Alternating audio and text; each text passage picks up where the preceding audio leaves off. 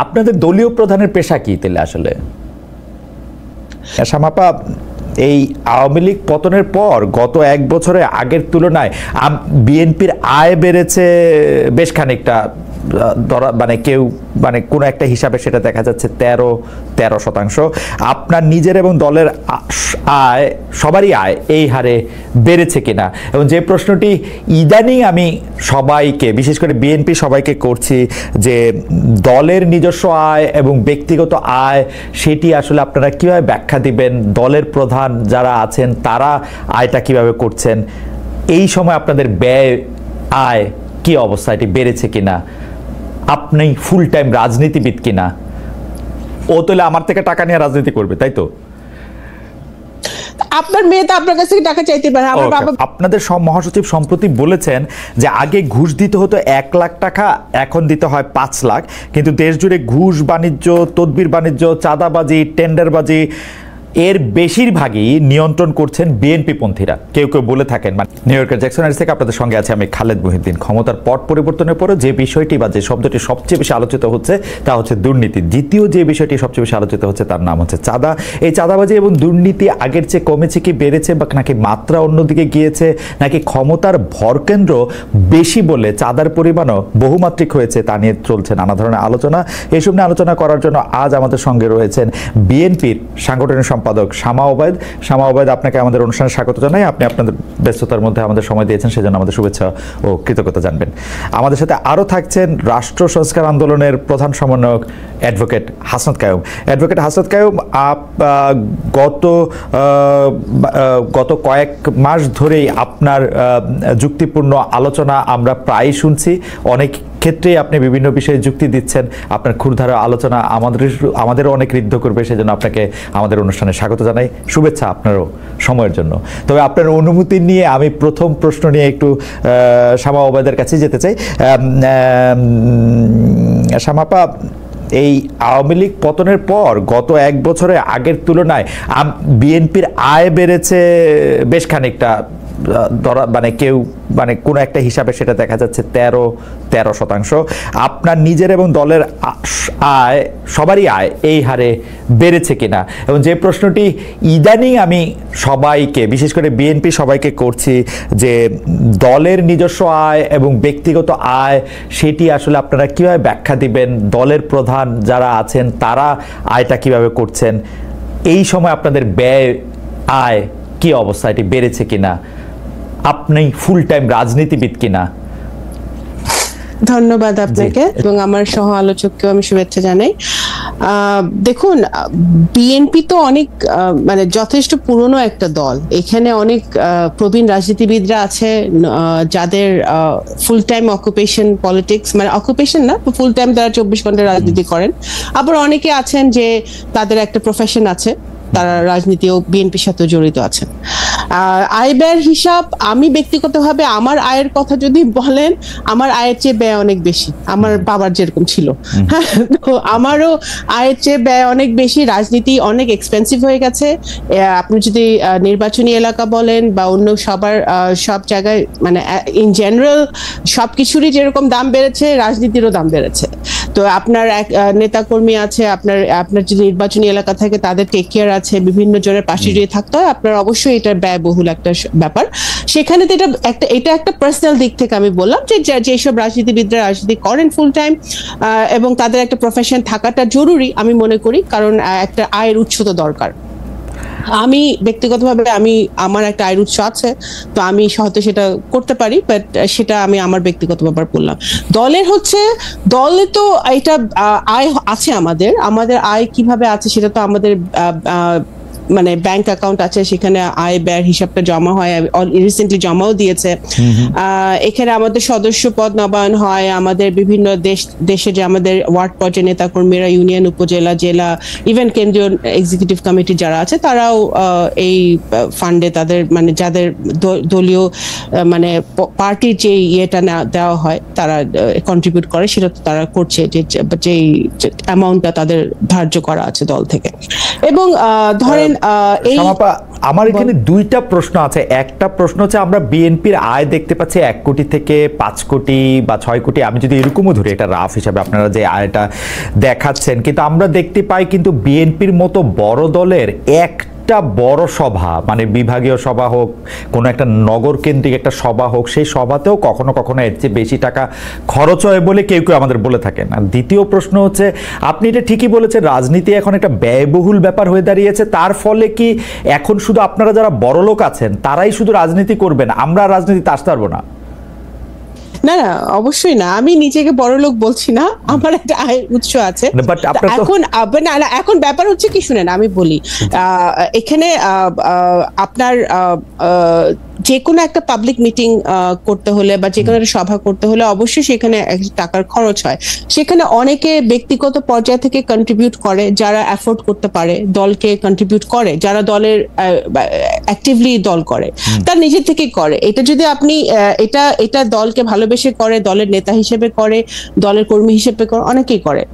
এখন আপনার কিন্তু আপনার হাসিনা যাওয়ার আগে পরে সব মিলিয়ে যদি আপনি ধরেন গত কয়েক বছরে কিন্তু বিএনপি প্রত্যেকটা সবাই কিন্তু আমি যত নলেজে আছে আমার, যে এটা যে সেন্ট্রাল থেকে যে টাকা দেওয়া হয়েছে বিভিন্ন জায়গা থেকে লোক আসার জন্য বা অঙ্গসংগঠন, তা কিন্তু নয়। অনেকে কিন্তু নিজের পকেটের পয়সা খরচ করেও তখন এসেছে।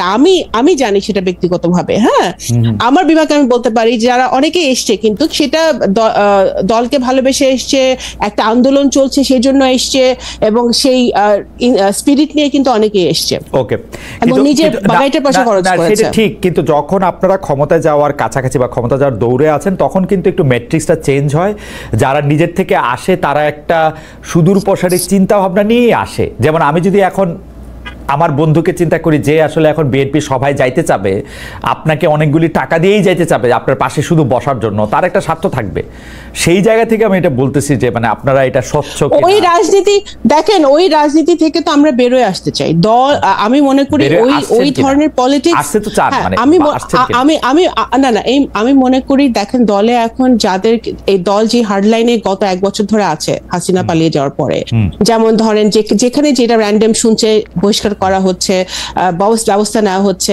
যারা দলে পুরনো আছে তাদেরকে, দেশে বিদেশে যারাই অনেকদিন ধরে কাজ করছে তাদেরকে মূল্যায়ন করার চেষ্টা করা হচ্ছে। তা আমি তো মনে করি যে নতুন কাউকে তো আমি আশেপাশে এখন পর্যন্ত দেখছি না। যারা পুরনো এতদিন ধরে 17 বছর ধরে সংগ্রাম করছে তারাই আমি দেখছি। হ্যাঁ, নমিনেশনের সময় আপনি বহু নতুন মুখ দেখবেন, সেটা সব বড় দলই দেখা যায়, তারা নমিনেশন চাইতে আসে। কিন্তু এটা দলের উপর ডিপেন্ড করে যে দল যে কর্মী বা যে নেতাটা দলের পিছনে শ্রম দিচ্ছে বা কাজ করছে তাকে নমিনেশন দিবে না একজন নতুন কাউকে দিবে।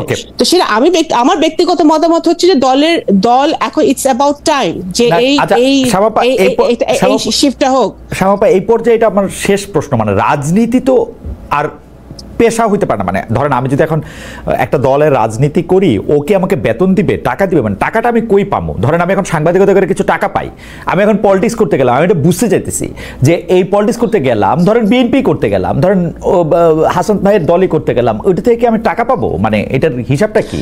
বিদেশে শুনেন, বিদেশে কিন্তু অনেক পলিটিক্যাল পার্টি আছে, বিভিন্ন দেশে they get paid for it, তাই না? তারা বাংলাদেশে তো বিএনপি বা আওয়ামী লীগ বা জামাত, আমি জানি না পায় নাকি, এরকম কোন দল কিন্তু কোন দল থেকে কোনো টাকা পয়সা আমরা দেওয়া হয় না। কমিউনিস্ট পার্টি পায়, ভালো কথা, দে আর লাকি, তারা পায়। কিন্তু বিএনপির মতো এত বড় দলে একটা দল মেনটেন করা, সেখানে তো এখানে দল থেকে তো এরকম কিছু হয় না। বাট আমি মনে করি পলিটিক্স কখনো পেশা হতে পারে না। পলিটিক্স অফকোর্স আমরা প্যাশন থেকে করি, আমরা দেশকে ভালোবাসি। এই লোকটা ঘরের মানে বউ বাচ্চারা খাওয়াবে কি করে? না, একজন শিক্ষক রাজনীতি করছে না, একজন ডাক্তার রাজনীতি করছে না, একজন ইঞ্জিনিয়ার রাজনীতি করছে না, আমি সবাই তো এক ব্যবসায়ী রাজনীতি করছে। পেশা হিসেবে তো একটা কিছু থাকতে হবে, হ্যাঁ ডেফিনেটলি। কারণ রাজনীতিকার, যেমন ছাত্র দল, আমি দেখেছি যে ছাত্রদের তো টাকা পয়সা থাকার কথা না, ছাত্ররা কিভাবে চলবে, ছাত্র রাজনীতি করবে কি? ছাত্র দল, আই থিঙ্ক সেটা দলের দেখা উচিত যে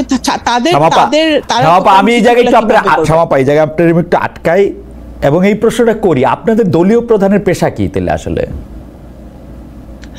ওনার অবশ্যই আয়ের উৎস নিশ্চয়ই আছে, আমরা কেউ জানি না উনি কেন। কিভাবে ওনারা এখন এইটা উনি এতদিন ধরে দেশের বাইরে আছেন, ওনাদের ওনার ফ্যামিলি আছে, ওনার স্ত্রী আমার ডক্টর জোবাইদা কর্মরত আছেন, তো ওনাদের আয়ের উৎস তো ফ্যামিলি থেকেও আসতে পারে, আয়ের উৎস বিভিন্ন জায়গা থেকে আসতে পারে। আয়ের উৎস তো সেটা যে পাবলিক নলেজ হতে হবে, আমার আয়ের উৎস তো পাবলিক নলেজ না, আমার আয়ের উৎস আপনি জানেন না, বাট দ্যাট ডাজন্ট মিন যে আমার কোনো আয় নাই। হ্যাঁ, তো আয়ের উৎস যে সবার জানতে হবে আমার কোনো কথা নেই, অ্যাজ লং অ্যাজ উনি ট্যাক্স ফাইল করছেন, অ্যাজ লং অ্যাজ ওনার ফাইলস সব ক্লিয়ার আছে, দ্যাটস অল ইট ম্যাটার্স। শামাপা, এটা মনে হইতে পারে যে আমি কিন্তু জনাব তারেক রহমান রে, বেগম খালেদা জিয়ারে খুবই পছন্দ করি, বাংলাদেশের সব লোকরে আমি পছন্দ করি, কিন্তু ঘটনা হচ্ছে যে ধরেন আমার মেয়ে যদি জনাব তারেক রহমানের মতো হইতে চায়, তো সে যদি আমরা জানতে চায় যে উনি কি করেন, তাহলে আমাকে বলতে হবে যে উনি আসলে পলিটিক্স করেন, তাই তো? না না, ওনার আয়ের উৎস ওনার ফ্যামিলি থেকে আসে নিশ্চয়ই, ওনার ফ্যামিলি থেকে আসে নিশ্চয়ই, সেটা তো অবশ্যই আরো ভয়ঙ্কর হলো, ও তাহলে আমার থেকে টাকা নিয়ে রাজনীতি করবে, তাই তো? আপনার মেয়ে তো আপনার কাছ থেকে টাকা চাইতে পারে, আমার বাবা বেঁচে থাকলে বাবার কাছে টাকা চাইতেই পারে। আপনাকে অনেক ধন্যবাদ আপা। আমি বাবা মারা তো ছেলে মেয়েদেরকে তৈরি করবেই। আমি একটু জনাব অ্যাডভোকেট হাসনাত কাইমের কাছে চাই। জনাব অ্যাডভোকেট হাসনাত কাইম,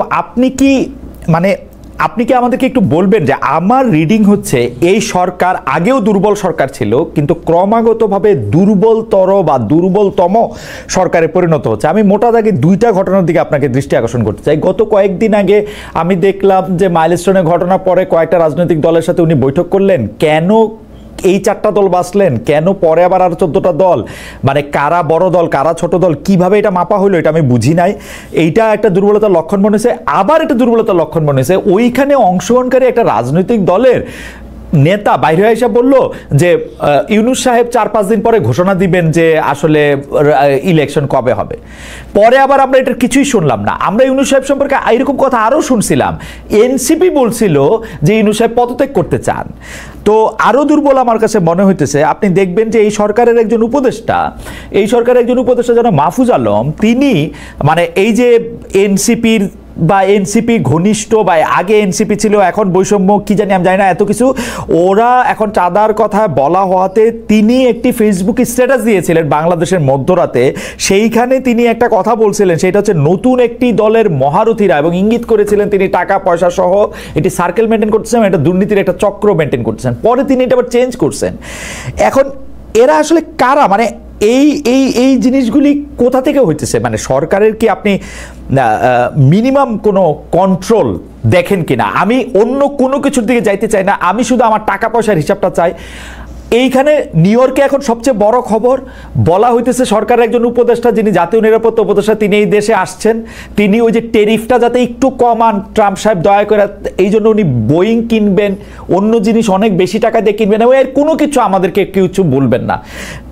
হাসান কাইম ভাই, আপনার কিন্তু জুলাই আগস্ট এই 1 বছরের হিসাব না, আপনি গত 10 বছর ধরে লেখালেখি করতেছেন, বলতেছেন, এই জিনিসের জন্য কি আসলে আপনি যদি আমার একটু বুঝায় দেন যে মানে এই অর্থনৈতিক দিক দিয়ে আসলে কি হইতেছে। এবং ডক্টর ইউনূস সাহেব কি নিজে দুর্নীতিগ্রস্ত, এই জন্য দুর্নীতিকে এরকম লাই দিতেছেন? উনি নিজের নামে কি ওয়ালেট নিচ্ছেন, উনি কি ম্যান পাওয়ারের ব্যবসা করতেছেন, নিজের কর মওকুফ করতেছেন। আমরা যারা ডক্টর ইউনূসের নিয়ে বড় বড় কথা বলছি এবং বিদেশে, তাদেরও লজ্জায় আসলে নাক কান কাটা যাচ্ছে। এটা উনি বুঝতে পারতেছেন কিনা? জনাব হাসনাত কাইম। জি, আপনার তো অনেকগুলো প্রশ্ন একসাথে, একটা করে একটু বলি। জি, প্রথমত দুর্বলতা তো হচ্ছে আসলে দুর্বলতা সবলতা খুব বেশি ধরেন খারাপ ব্যাপার না, হইতে পারে যে আপনি দুর্বল অথবা আপনি আসলে সবল, কিন্তু বিষয়টা এর চাইতে খারাপ। এই সরকার দুর্বল সরকার তো আমরা চাই আসলে করতে। দুর্বল সরকার হইলে ধরেন জনগণের একটু সুবিধা হয়। সরকার খুব সবল তাইলে আসলে সে জনগণের উপর খুব চড়াও হয়, এইভাবেও দেখা যায়। মানে আমাদের তো কখনো দুর্বল সরকার দেখে অভ্যাস নেই। একবার এরশাদের সময় আপনার মনে থাকার কথা, এরশাদকে আমরা একটু দুর্বল সরকার পাইছিলাম, কারণ সবাই তার বিরুদ্ধে ছিল, আর তার একটা বড় পার্টি টাটি ছিল না ওইরকম, তাকে দাঁড়াইতে হইতো পুলিশ টুলিশ নিয়ে। যতই হোক তাকে আমরা স্বৈরাচারী এরশাদ কিংবা সামরিক বাহিনীর এসব বলতাম, কিন্তু তারপরেও তখনকার সময় মানুষ এক ধরনের একটা ডেমোক্রেটিক রাইট এনজয় করত। এইটা হইলে ধরেন একরকম, কিন্তু আমাদের এখনকার সরকারের যদি ধরেন এই যে উদাহরণগুলি আপনি দিলেন, এগুলি কিংবা আরো অন্যান্য উদাহরণ মিলায় যদি আপনি দেখেন, তাইলে দেখবেন যে আসলে আমি যেটা অনেক সময় বলছি যে এই সরকার অদক্ষ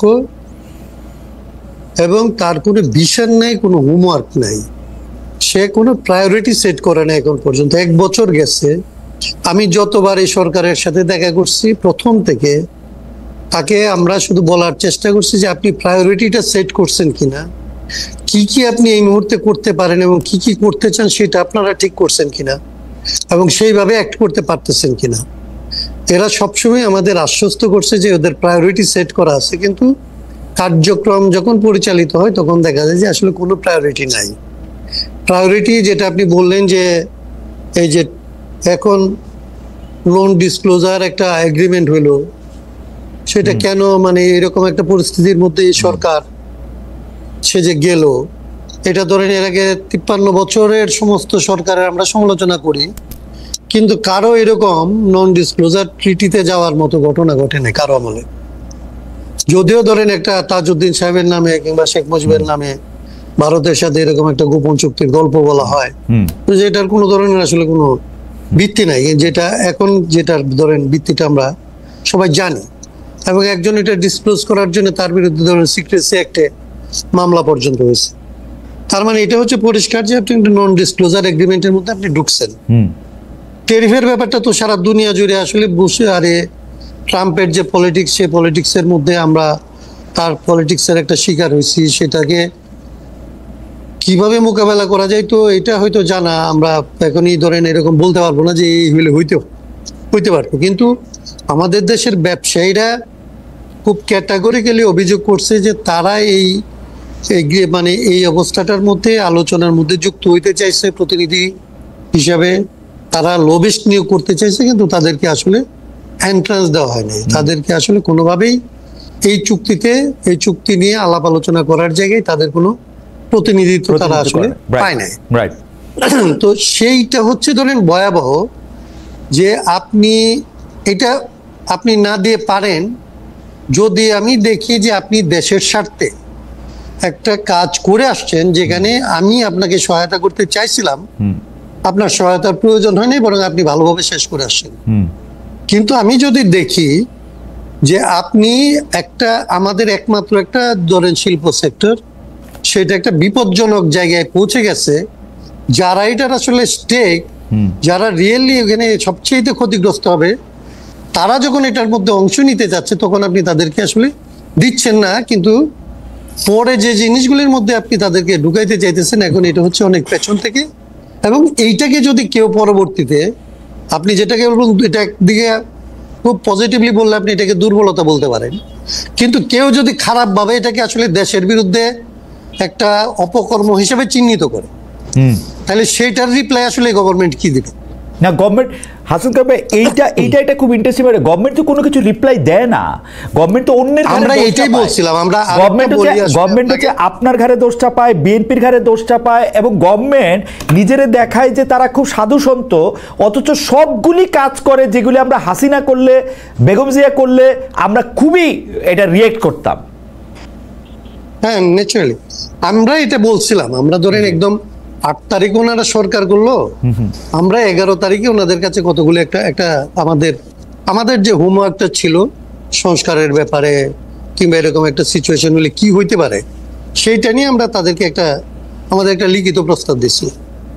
সেইখানে আমরা তাদের কাছে একটা জিনিস চাইছিলাম যে আপনারা একটা গভর্নমেন্ট যারা বাংলাদেশে আসছেন আমাদের সৌভাগ্যক্রমে, আপনারা যদি এখানে একটা ট্রান্সপারেন্ট গভর্নমেন্টের এক্সাম্পলটা সেট করেন, থাকে না কতগুলো জিনিস আপনি সেট করে গেলেন, পরের জন্য আসলে এটা একটা মানে এটাকে ভাঙা খুব কঠিন হয়ে পড়ে।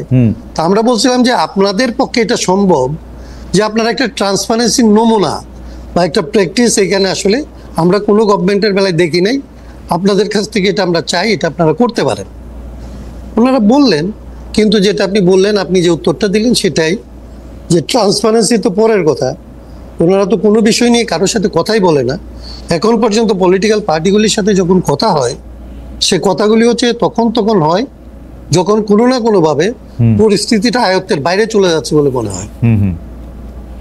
মানে আবার দোষের কথা যেটা বললেন, সেই দোষের জিনিসগুলি কোনো না কোনো ভাবে হয় আগের সরকারের ধরেন দোসরদের উপরে, তারা তো নিশ্চয়ই দায়ী, কিন্তু তাদেরকে কন্ট্রোলে করে আপনি দেশে সার্ভিস দিবেন, আপনি মানুষকে এর চাইতে বেটার সার্ভিস দিবেন, এর জন্যই তো আপনাকে আসলে সবাই মিলে সমর্থন করে সরকার বানিয়েছে। তারপরে দেখেন অ্যাডভোকেট হাসান কায়েম, আগের সরকারে তো অবশ্যই দোষ আছে, আগের সরকারে পুলিশ বাহিনী বলে একটা ব্যাপার আছে, কিন্তু তাই বলে আপনি আমার একটা অযোগ্য স্বরাষ্ট্র উপদেষ্টা দিয়ে রাখবেন যে মানুষের গিয়া কয় ডাল দিয়ে ভাত খাইছো না ভাত দিয়ে ভাত খাইছো, কি এইটা? মানে আগের সরকারের পুলিশ খারাপ, সেই জন্য আপনি একটা খারাপ স্বরাষ্ট্র উপদেষ্টা দিবেন, এটা কোন কোন হিসাব? মানে আপনি যদি ওনাদের যদি কোনো মূল্যায়ন করার থাকতো, তাহলে তো আমি জানি না, ওনারা তো এনজিও হইলেও চালাইছে, ওনাদের অনেকেই এনজিও চালাইছে, তো এনজিওরও তো ধরেন একটা অডিট রিপোর্ট হইলেও জমা দিতে হয়, তাদের একটা রিভিউ করতে হয়। এরা 1 বছরের রিভিউ করলে এদের কারো কোনো পদে থাকার নিজেদের কোনো নৈতিক ভিত্তি তারা নিজেরা খুঁজে পায় কিনা আমি তো জানি না। কিন্তু আমি যতদূর এনজিও কে জানি, এনজিও তো হচ্ছে প্রজেক্টটাকে যদি যত লম্বা করতে পারে তত তো তাদের ভালো, মানে ফেইলিওর তো এখানে এক ধরনের সাকসেস। উনারা তো না, সেটাই মানিক বন্দ্যোপাধ্যায়ের পাঁচির মতো, উনারা তো ঘাটা বাঁচায় রাখতে চান, কারণ ঘাট সেটা ঠিক আছে, কিন্তু সেটা আমি আপনার ওই জায়গাটায় যাচ্ছি না, ওইটা আরেকটা ফিলোসফিক্যাল ডিবেট। আমি বলছি যদি এটাও করতে হয়, আপনার যদি পাঁচির মতো ঘাটাকে আপনি লম্বা করতেও চান, তাইলেও তো আপনাকে ডোনারদেরকে স্যাটিসফাই করতে হয় যে বাইরে এই টাকাটা এইভাবে আনছিলাম, এইভাবে খরচ করছি, এই কারণে আরো লাগবে।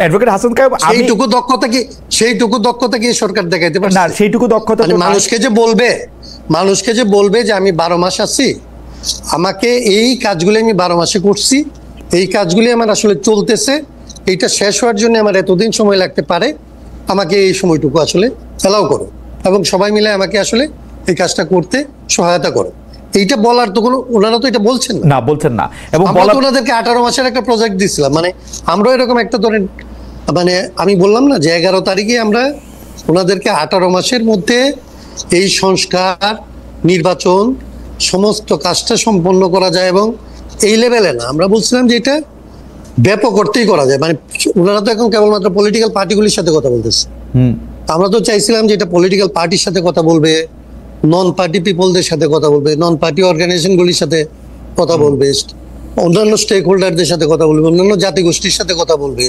বিভিন্ন সংখ্যালঘু সম্প্রদায়ের সাথে কথা বলবে, ঢাকার বাইরে কথা বলবে, ঢাকার বাইরের মানুষের সাথে বলবে, এবং এটা পুরোটা সম্ভব। এটার জন্য তো আসলে এটা কেন হইল না, এটা তো কোনো ব্যাখ্যা তারা আমাদের দেয় না, এবং আমরা তো এই 11 তারিখে আমরা আবার এটাকে ডিসক্লোজ করব যে গত বছরের 11 তারিখে আমরা কি দিছিলাম।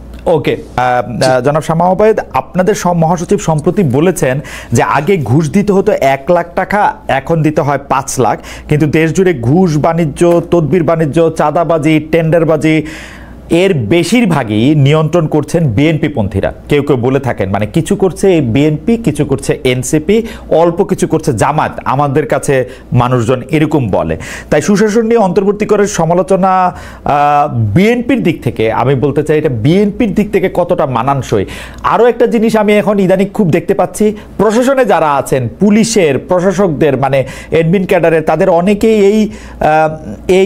এই একটা কথা বলতে চাচ্ছেন যে তারা আসলে বিএনপির সাথে ঘনিষ্ঠ বা তরুণ বয়সে ছাত্রদল করেছেন, যেভাবে তারা বলতেন আওয়ামী লীগ আমলে, শেখ হাসিনা সরকার আমলে যে আমি শেখ হাসিনা সরকারের খুব ঘনিষ্ঠ বা শেখ হাসিনার দলের খুব ঘনিষ্ঠ বা ছাত্রলীগ করেছি, সে একইভাবে তারা এখনই বলতে শুরু করেছেন। এই ব্যাপারটাকে আপনি আসলে কীভাবে দেখবেন? মানে সরকারের নিয়ন্ত্রণে তো আর থাকা সম্ভব না, কারণ বিএনপি অলমোস্ট সব কিছুর নিয়ন্ত্রণে চলে গেছে। শামাপা, আপনি যদি একটু বলতেন। এই কথার কোনোই বেসিস নাই, একেবারেই মানে এটার মধ্যে, মানে প্রথম কথা হচ্ছে যে বিএনপি এখন রাষ্ট্রের দায়িত্বে সরকারে নাই। বিএনপি চাঁদাবাদ, বিএনপি বড় দল, বিএনপির নাম ভাঙানো সহজ। বিএনপি যদি 2-4 জন চাঁদাবাজি কোথাও করেও থাকে, সেটার ব্যবস্থা বিএনপি নিচ্ছে।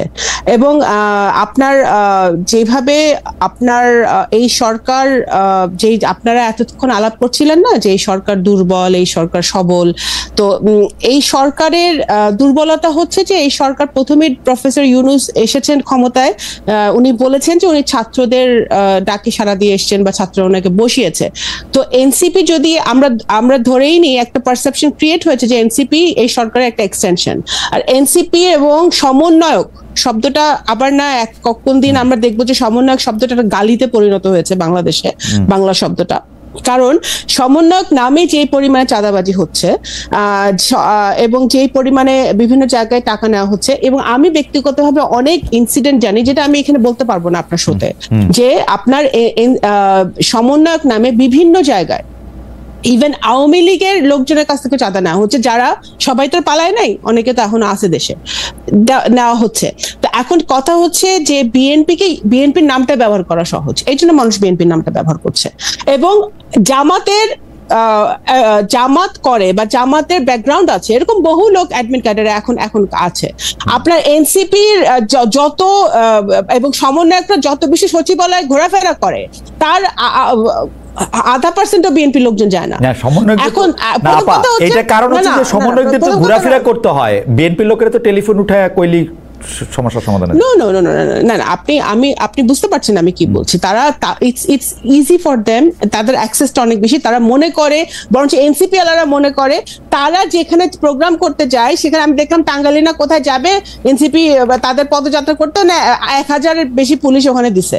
তো এখন ব্যাপার হচ্ছে যে ওখানে তারা তো প্রোটোকল পাচ্ছে, তারা আর্মি প্রোটোকল পাচ্ছে, তারা পুলিশ প্রোটোকল পাচ্ছে, তারা র্যাবের প্রোটোকল পাচ্ছে, তাদের প্রশাসনের প্রোটোকল পাচ্ছে। তারা সরকার তো তাদের সাথে তাদের একটা বা তাদেরকে সব রকম সহযোগিতা করছে। তো আপনারা কিভাবে বলেন যে বিএনপি চাঁদাবাজি করছে? বিএনপি যে চাঁদাবাজি করেও থাকে তাহলে তো সেটা ব্যবস্থা নেওয়া হচ্ছে। আমি দুইটা জায়গায় বলি। প্রথম কথা হচ্ছে এনসিপি বিএনপি আর্মির প্রোটোকল পাচ্ছে কিনা এটা আমি জানি না। এনসিপি যখন বিপদে পড়েছিল তাকে আর্মি প্রোটোকল পাচ্ছে, মানে তাকে আর্মি সহযোগিতা করতে এসছে। আর বিএনপির চাঁদাবাজির কথা যদি আমি বলি, আমি আসলে প্রায় আমি শুনি, কিন্তু ভিডিওতে দেখি, অডিওতে শুনি, যেগুলি মানে বিএনপি ছাত্রদল যুবদল চাঁদাবাজি তদবির টেন্ডারবাজি করছে, 17 বছর ধরে না খেয়ে থাকার হুমকি দিচ্ছে। আপনিও যদি আমি জানি যে আপনি কিন্তু আপনার নির্বাচনী এলাকায় আপনি সবসময় যান, আপনি গেলে নিশ্চয় আপনিও শুনেন, আমাকে বললেন না, কিন্তু কিন্তু কিন্তু ঘটনা তো বিএনপির একজন, মানে এটা তো আপনার চেয়ে বেশি আসলে কে জানে। আমি বলি আপনাকে, যেসব ভিডিও অডিওগুলো আমরা দেখি, এটা আপনারা বিশ্বাস করবেন না শুনলে, যখন একটা পেপারে একটা নিউজ আসে বা একটা ভিডিও ভাইরাল হয়, তখন কিন্তু এটা ইনভেস্টিগেশন করার আগে দল ব্যবস্থা নেয়, এবং অনেক সময় কিন্তু পরে ইনভেস্টিগেট করে দেখা যায় যে ব্যাপারটা হয়তো ওরকম না, বা ওরকম ভাবে আমাদের লোকজন ইনভলভ ছিল না, বাট ব্যবস্থা কিন্তু নেওয়া হচ্ছে। আমি অস্বীকার করছি না যে চাঁদাবাজি একেবারে হচ্ছে না বিএনপির পক্ষ থেকে, যেখানে হচ্ছে সেখানে ব্যবস্থা নেওয়া হচ্ছে, সেটা হচ্ছে আমার পয়েন্ট। আরেকটা হচ্ছে যে আপনারা এই যে সব দল মিলে, এই ইসলামিক দল, জামাত, এনসিপি, এখন আওয়ামী লীগ এখন বেশি কথা কয় না, আওয়ামী লীগ তলে তলে আছে, কিন্তু যারা এখন মানে দৃশ্যমান বাংলাদেশের পলিটিক্সে, সবাই এখন বিএনপিকে দোষারোপ করে বিএনপিকে চাঁদাবাজ বানানো, বিএনপিকে চোর বানানো, বিএনপিকে ডাকাত বানানো সহজ তাদের জন্য। এটা তাদের পলিটিক্সে যায়, তাদের পলিটিক্স যেই পলিটিক্স এখন চলতেছে বাংলাদেশে, এটা যায়, এটাও তারা করছে। কিন্তু মানে আপনার কথার সাথে আমি মিল পাইতেছি গত সরকারের লোকজনের কথাবার্তায়, কারণ গত সরকারের লোকজন কইতো যে তোরা যে যাই করো, সবাই খালি আওয়ামী লীগের খারাপ বলে। ব্যাপারটা কি আসলে তাই কিনা? সরকারে আছি না, আমরা কি সরকারে আছি? বিএনপি এখন ডিফেক্টো গভর্নমেন্ট। আমি তো এই টেলিভিশনের শো শেষ করে আপনার কাছে তদবির করব, 3টা তদবির আমার কাছে যে এখন আসতেছে।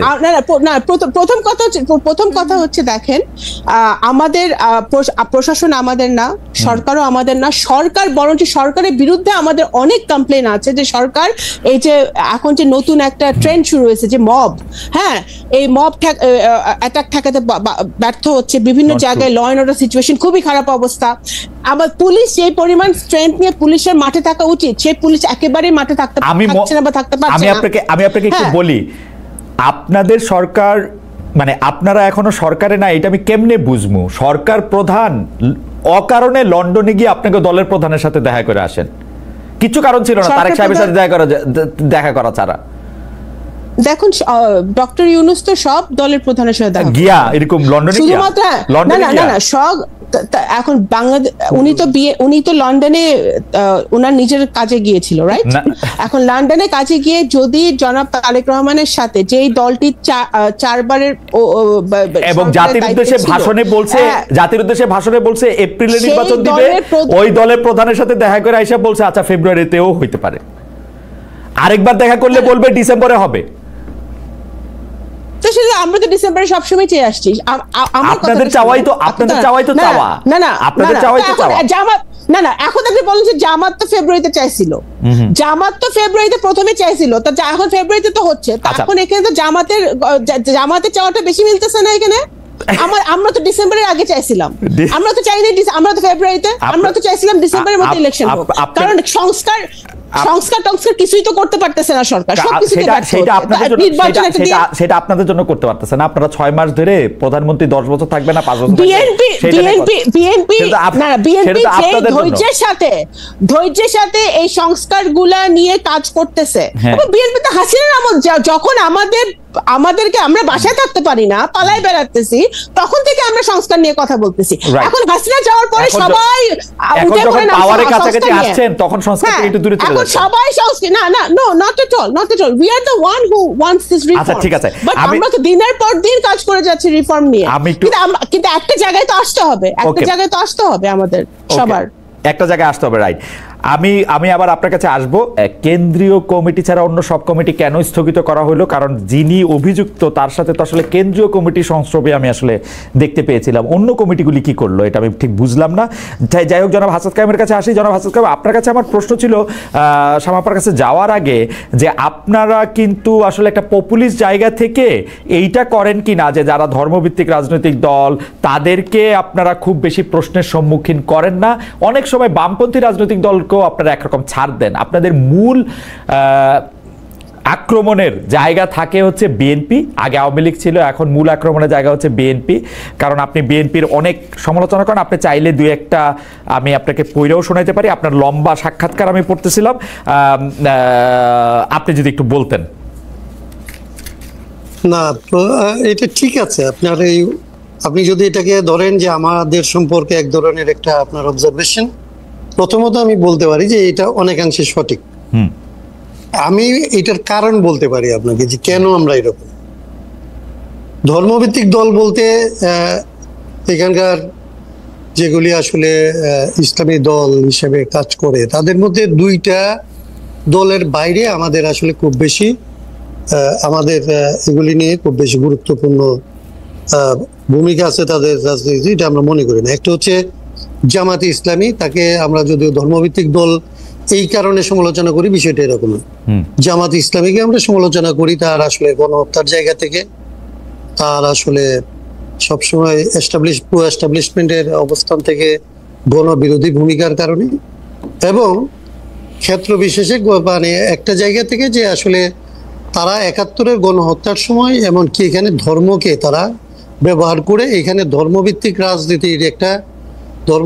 রাজনীতি এবং ধর্ম বিরোধী রাজনীতির এরকম একটা বাইনারি তৈরি করার ক্ষেত্রে তারা ইসলামটাকে ব্যবহার করার কারণে এখানকার মানুষ একটা বড় রকমের সংকটে অনেকদিন পর্যন্ত ভুগছে সেই কারণ। আর এর বাইরে আমরা আসলে হেফাজতে ইসলাম একটা রাজনৈতিক অবস্থানের সাথে আমাদের বিরোধ আছে, সেইটা আমরা বিরোধ করার চাইতে পজিটিভলি আপনি দেখবেন যে আমরা বেশিরভাগ ক্ষেত্রে রাজনৈতিক দলগুলির সাথে আমরা বিরোধ করি না, আমরা আমাদের পজিটিভ কথাটা বলতে থাকি যে আমাদের এইরকম লাগবে, আমাদের এইটা চাই, আমরা এই জিনিসগুলিকে বদলায় এইরকম করতে চাই, এবং এটার জন্য কোনো দলকে, কোনো ব্যক্তিকে, কোনো নেতাকে আমরা পারতপক্ষে সমালোচনার মধ্যে নিয়ে আসতে চাই এরকম না। বিএনপির সাথে আমাদের যে সমালোচনার যে জায়গাটা দাঁড়াইছে সেটা অন্য, সেটা হচ্ছে শামা যেটা এতক্ষণ ধরে বলতেছিলেন, যেন বিএনপির সাথে আমরা 31 দফার একটা ভিত্তিতে একটা যুগপৎ আন্দোলনে আমরা যুক্ত হয়েছিলাম। তো যুগপৎ আন্দোলনে যখন আমরা গেছিলাম সেটার একটা এই 31 দফা যখন আসলে আমরা ড্রাফট করি, ওই ড্রাফট কমিটিতেও আমি একজন ছোট সদস্য হিসেবে ছিলাম। তো সেই সময়ে তাদের যে অবস্থান ছিল মানে সংস্কারের প্রশ্নে, সেটা নিয়েও তখনও আমার সমালোচনা আছে, আমরা সমালোচনার সময়তই কিংবা তাদের সাথে পার্থক্য সময়তই যুগপৎ আন্দোলনটা করছিলাম, কারণ তখন আমরা আসলে অনেকের ভাষায় ফেসিজম, আমরা বলতাম যে একটা মাফিয়া তন্ত্রের থেকে মুক্ত হওয়ার জন্য সকলের মধ্যে আসলে যাদের গণতান্ত্রিক আকাঙ্ক্ষা আছে তাদের মধ্যে একটা ঐক্যবদ্ধ অবস্থান বজায় রাখার জন্য নিজেদের সমালোচনাটা, রাজনীতির সমালোচনাটা কম করে ওই মাফিয়া তন্ত্রটার বিরুদ্ধে আসলে সবাইকে কমন ভাবে ঐক্যবদ্ধ করার দায়িত্ব থেকে আসলে আমরা অনেক বিরোধিতা। ভাই আমি একটু স্পেসিফিক করতে চাই যে আপনি আসলে বিএনপির যে সমালোচনা করতেছেন যে জায়গাটা থেকে, যে সংস্কারের প্রশ্নে তাদের অবস্থানটা একটু চেঞ্জ হয়েছে, কিন্তু কথা কি আসলে ঠিক? আমি তো সংস্কারের প্রশ্নে বিএনপির অবস্থান বড় কোনো চেঞ্জ দেখি না আসলে। বিএনপি 31 দফার মধ্যে, হ্যাঁ আপনি তার অন্যতম কারিগর ছিলেন, জি আপনি তার অন্যতম, আপনি যেখানে থামাইছেন কথা না, জি 30 দফা নিয়ে 5 তারিখের পরে আমরা বিএনপিকে রিভিউ করতে বলছি। আমরা বলছি 5 তারিখের এই অভ্যুত্থানের পরে বাংলাদেশের মানুষের যে সংস্কারের আকাঙ্ক্ষা, সে আকাঙ্ক্ষাটা আগের থেকে আসলে অনেক দূর পর্যন্ত বিকশিত হয়েছে এবং তাকে আমরা যেইখানে তাদেরকে ভাবতাম সেইখানে যদি আমরা অবস্থান করি তাইলে আমরা মানুষের থেকে আসলে পেছনে অবস্থান নেব, এবং মানুষের পেছনে অবস্থান নিলে এটা আমাদের জন্য আসলে রাজনৈতিক দল হিসেবে কিংবা আসলে রাজনৈতিক কর্মী হিসেবে আমাদের এটা উচিত হবে না। আমাদের উচিত হবে আসলে মানুষের অন্তত আকাঙ্ক্ষার সাথে থাকা, এবং সেই জায়গা থেকে আমরা 31 দফার রিভিউ চাচ্ছি।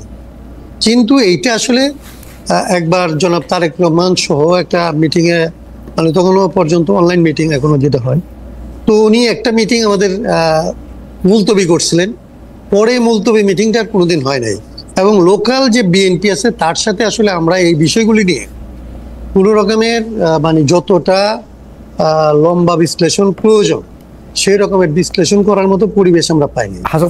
তাতে যেটা হয়েছে যে আমি শেষ করে ফেলি কথাটা, তাতে আমাদের অবস্থানটা আমাদের রয়ে গেছে, আমরা একটা আকাঙ্ক্ষা আমাদের বাড়ছে, ওনাদের অবস্থানটা ওনাদের জায়গায় রয়ে গেছে। না আসল কাম ভাই, আমাদের যে বাড়তি আকাঙ্ক্ষা, যে বাড়তি আকাঙ্ক্ষার কথা থাক, কারণ হচ্ছে যে আপনার লেখা বা আপনার চিন্তার সাথে আমি পরিচিত, দর্শকরা হয়তো, কিন্তু আপনি যেটা জন আকাঙ্ক্ষার কথা বলতেছেন, বিএনপির কোন জন আকাঙ্ক্ষাটা ফলো করা দরকার ছিল? কিছু কিছু লোকের কথা শুনলে, এনসিপির, কোনো সময় জামায়াতে ইসলামীর, কোনো সময় সরকারের কথা শুনলে মনে হয় বিএনপি জন আকাঙ্ক্ষা পূরণ করতে পারে একভাবেই, সেইটা হইলো ইলেকশনে হাইরা গিয়া। এছাড়া তো আর বিএনপির জন আকাঙ্ক্ষা জন আকাঙ্ক্ষাটা কেমনে পূরণ করবে বিএনপি?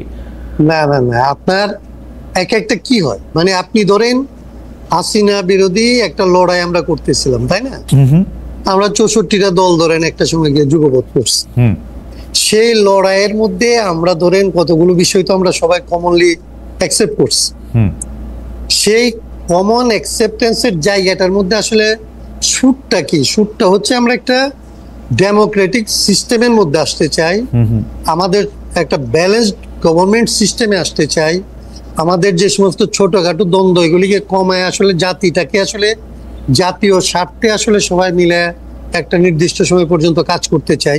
এইগুলি হচ্ছে মোটা দাগে ধরেন আকাঙ্ক্ষা। যদি বলেন এটা বিএনপিরও স্বীকৃত আকাঙ্ক্ষা, আমাদেরও স্বীকৃত আকাঙ্ক্ষা, অন্যদেরও স্বীকৃত আকাঙ্ক্ষা। এখন এটার বাস্তবায়ন কিভাবে হবে সেইটা নিয়ে আপনি বলতে পারেন যে সেই জায়গায় তর্কগুলি। কিন্তু বিএনপি কি একবারও, আপনি যে কথাটা বললেন এখন এই শেষ লাইনটা, এইটার থেকে বাইরে কখনো কথা বলছে? ও তো একটা ব্যালেন্স চায়, ও তো একটা জবাবদিহি চায়, ও তো একটা স্বচ্ছতা চায়। না, সেটাই তো মানে বিএনপি কোনটা চায় না এটা আমি বুঝতে পারতেছিলাম না।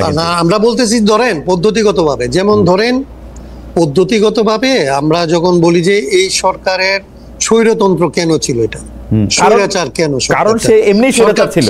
সরকার স্বৈরাচার তো এই জন্য না যে তারেক জিয়া স্বৈরাচার হয়ে যায় কিংবা শেখ হাসিনা স্বৈরাচার হয়ে যায়, এটা তো না। রাইট। সরকারের মধ্যে রাষ্ট্র পরিচালনার যে পদ্ধতি, এই পদ্ধতিটা হচ্ছে এরকম যে এখানে যদি খালেদ মহিউদ্দিনকেও চালাইতে দেওয়া হয় তাইলে এটা চালাইতে গেলে খালেদ মহিউদ্দিন আর অন্য কাউকে আসলে শুনতে পারবে না। না, কিন্তু হাসান কাক ভাই, আমি এটা নিয়ে, কিন্তু হাসান কাক ভাই এটা নিয়ে আমি বিস্তারিত আমি কথা কইতে রাজি আছি। কারণ হচ্ছে যে আমি গত 8 বছরে আমি দেখছি শেখ হাসিনা যেমনি দেশ চালাইছে, প্রতিটা কাজ সে সংবিধান ভায়োলেট করছে। যেমন আমাদের সংবিধান কিন্তু নির্বাচন কমিশনকে ওই ক্ষমতা দেয়া আছে, প্রধানমন্ত্রী কিন্তু নির্বাচন কমিশনকে কিছু কইতেই পারবে না, ওর কথা ওর শুনতে হইব। ও করছে উল্টাটা। এখন এইটা আমি সংবিধান মাইনা করতে, ওইটা যদি হাসিনার অ্যাঙ্গেল থেকে যদি আমি বলি তাহলে তো এটা হাসিনা তো ভাঙে নাই, বাংলা তো হচ্ছে আসলে নির্বাচন কমিশন। হ্যাঁ, নির্বাচন কমিশন ভাঙছে, কিন্তু এটা সংবিধানের কোনো দোষ নাই তো এখানে। আমি সংবিধানের দোষটা ওইখানে, আপনার সাথে এই তর্কটা এখানে করতে পারবো না আমি, কারণ এই সংবিধানের ইঞ্জিনিয়ারিংটা হচ্ছে ধরতে পারা খুব কঠিন। এইটাই হচ্ছে আমি যে জন্য বলি যে কামাল সাহেবদের 13 বার নোবেল দেওয়া যেতে পারে, কারণ এই সংবিধানটার আর্কিটেকচারটা কিংবা ইঞ্জিনিয়ারিংটা হচ্ছে এরকম যে এটা সাপ লুডুর চাইতে জটিল। কিন্তু হাসান কাইম ভাই, আমি আপনার একটা কথা বলি, হাসান কাইম ভাই, আমি একটা কথা বলি, পৃথিবীর সবচেয়ে ভালো সংবিধান আমি আপনার এই জানি, পৃথিবীর সবচেয়ে ভালো সংবিধান ধরা যাক সুইডেনের সংবিধান সবচেয়ে ভালো, আপনি সুইডেনের সংবিধান আইনা দেন, শেখ হাসিনা আবার স্বৈরাচারীই হইব, ওর সংবিধান লাগে না, ও স্বৈরাচারী হইতে, সংবিধানে তো নাই।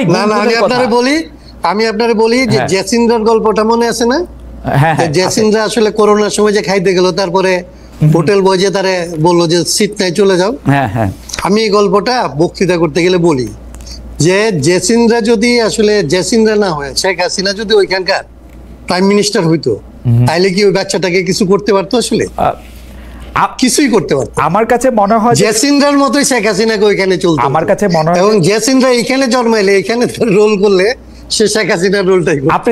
আপনি দেখেন ডক্টর মোহাম্মদ ইউনূস যে দেশটা চালাইতেছে, ডক্টর মোহাম্মদ ইউনূস কি সংবিধানটা জিগাইতেছে? উনি তো দুই পকেটের দুইটা। ডক্টর মোহাম্মদ ইউনূস দুই পকেটের দুইটা, যখন দরকার হইতেছে তখন বিপ্লবী সরকার, যখন দরকার হইতেছে তখন হচ্ছে সাংবিধানিক সরকার। ডক্টর মোহাম্মদ ইউনূসকে কোনো আসলে আপনি নরমাল গভর্নমেন্ট ধরবেন কেন? এটা তো একটা ইন্টারিম গভর্নমেন্ট। সে একটা কনস্টিটিউশন কোনোটা মাইনে কোনোটা না মাইনে একটা সাংবিধানিক আবহের মধ্যে থাকার চেষ্টা করে একটা নিজেদের মতো করে পরিস্থিতি অনুযায়ী ধরুন কাজ করতেছে। এটা তো সাংবিধানিক সরকার। আমি আবার আসবো আপনার কাছে, আমি একটু শামা ওবায়দ আপনার কাছে যাই। শামাপা, মানে আমরা আমরা আমরা আমরা আমরা যা দেখতে পাচ্ছি যে গত অগাস্ট মাসের শেষ দিকে আপনি যেটা বলতেছিলেন যে আসলে দল ব্যবস্থা নেয়, বিএনপি 4,500-এর উপর গুরুত্বপূর্ণ দলীয় নেতাকর্মীর উপর ব্যবস্থা নিছে। এই গত অগাস্ট মাসের শেষ দিকে আপনার সম্ভাব্য নির্বাচনী আসনে বিএনপি একজন সমর্থক দলীয় কোন্দলে খুন হন, এতে আপনাকে প্রধান আসামি করে মামলা দেওয়া হয়েছিল, দল থেকে আপনাকে বহিষ্কারও করা হয়েছে, পরে আবার দলই আপনাকে আবার আপনার পদে ফিরিয়ে এনেছে। এখন এই হত্যা, সংঘর্ষ, চাঁদাবাজি, নানা ঘটনায় বিএনপি যে নানা স্তরের এই যে 5-6 হাজার নেতাকর্মীরা যে বহিষ্কার করছে, তারা কি আবার আপনার মতো শপথে ফিরে আসবেন? মানে আপনার শপথে ফিরে আসার প্রক্রিয়াটা কি? ওয়ানলি বিকজ আপনি খুব গুরুত্বপূর্ণ নেতা, আপনাকে বহিষ্কার করা মানে বিএনপির একটি আসন হারানো, সেই জন্য আপনাকে ফিরিয়ে আনা, নাকি আপনি সত্যিই নির্দোষ? এটা মানে আমরা কেমনে বুঝবো, কেমনে মানে প্রক্রিয়াটা কি?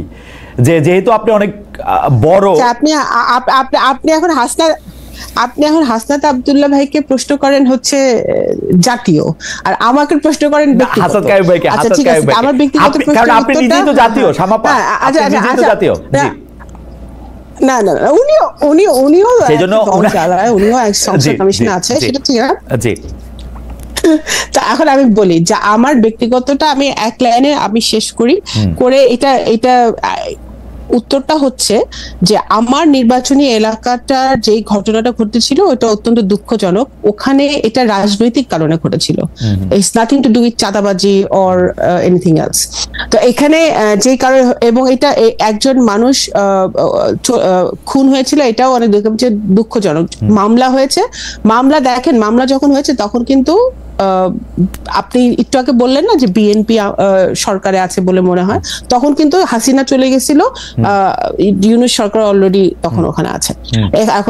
এখন তো ওই মামলা তো আমার বিরুদ্ধে হয়েছে এবং ওই থানা ওই মামলা নিয়েছে আমার বিরুদ্ধে, কিন্তু যখন দল এটা ইন্টারনালি করেছে, ইনভেস্টিগেট করেছে, তখন দেখেছে যে এখানে আমার ব্যক্তিগতভাবে কোনো সংশ্লিষ্ট ছিল না ওই খুনের ব্যাপারে। হ্যাঁ, তো তখন ইনভলভমেন্ট ছিল না কোনো। সেক্ষেত্রে তখন দল যখন, এবং অনেক দিন এটা এমন না যে সাথে সাথে আমার পদটা স্থগিত করা হয়েছিল, সাথে সাথে যে আমার পদ ফিরে দেওয়া হয়েছে তা নয়। আমার দল যে আমার বিরুদ্ধে ব্যবস্থা নিয়েছে সেটা আমি এগ্রি করি, আমি অর্গানাইজিং সেক্রেটারি দলের, আমি দল যেটা ভালো মনে করছে ওটাই করেছে, শাস্তি স্বরূপ আমাকে সেটা করা উচিত সেটা করেছে, এবং তারপর দল যাচাই বাছাই করে দেখেছে যে এটা সঠিক নয়, সেজন্য আমার পদটা ফিরিয়ে দেওয়া হয়েছে। যাচাই বাছাই করা একটা ভবিষ্যতে যেসব বহিষ্কারাদেশ যেসব বহিষ্কারাদেশ যাচাই বাছাই করে দেখা হবে যে ওখানে আমাদের দলের লোকজনের সংশ্রয় নাই, সেগুলো অবশ্যই দল কনসিডার করবে বহিষ্কারাদেশ প্রত্যাহার করার। সেটা তো বলাই বাহুল্য। এটা তো যাচাই বাছাই করার একটা কম্পিটেন্ট অথরিটি বিএনপির আছে, মানে ইন্টারনালি এটা দেখার, যারা এরকম করে Of course, of course, of আচ্ছা course. তাহলে আমি একটু জাতীয় হ্যাঁ, of course আছে। আচ্ছা তাহলে আমি একটু জাতীয় প্রশ্নে আসি।